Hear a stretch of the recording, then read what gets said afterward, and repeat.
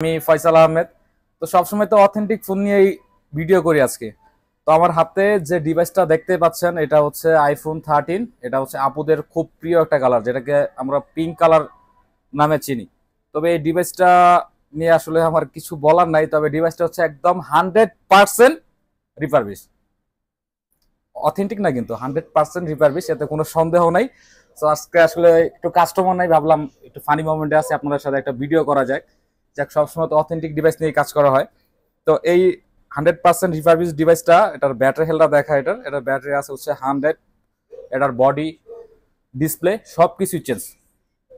ঠিক আছে, এখন এক এক শ্রেণীর লোকে এটা নিয়ে অনেক কমেন্ট করবে।